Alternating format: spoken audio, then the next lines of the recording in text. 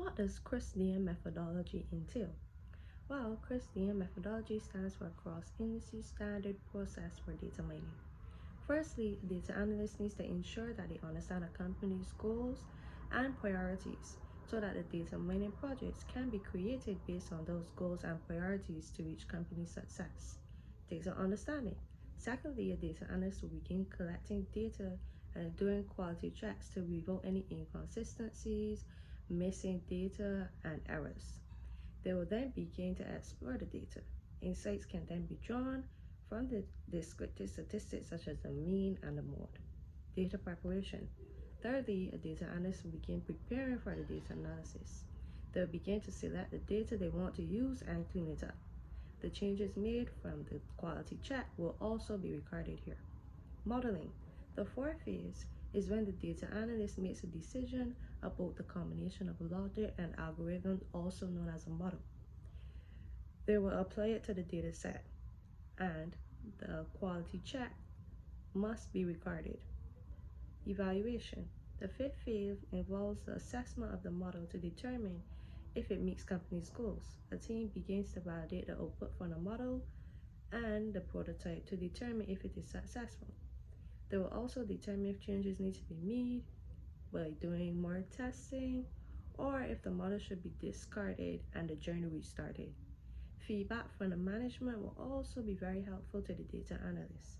Visualizations can also be made as it will make it easier to identify if the model is successful. Deployment. Finally, the data analyst will begin introducing a model. The model indicates that it will deliver results consistently that are in line with the company's needs. The model can continue to be monitored to ensure that it is working as it should. Explain what needs to be done before you can forecast a time series. Well, a time series involves looking for patterns and trends in data and trying to explain them.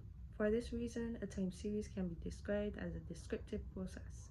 A time series involves chronologically arranged data points that are plotted, which then allows for the detection of a direction or a pattern in the data.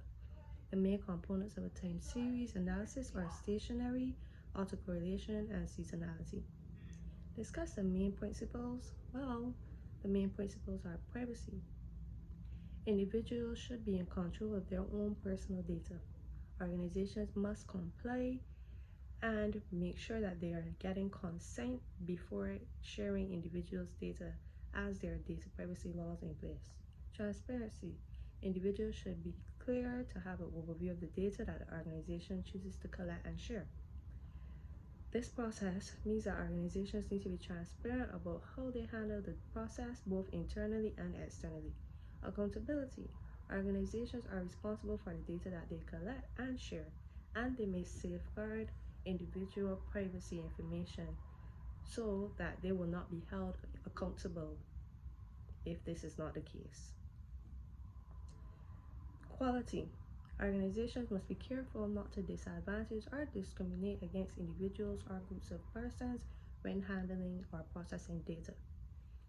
Then, imagine if a financial service company has some concerns about bias and you have to let them know. Well, the way I would do this is I would gather information from my own research and present it to the manager.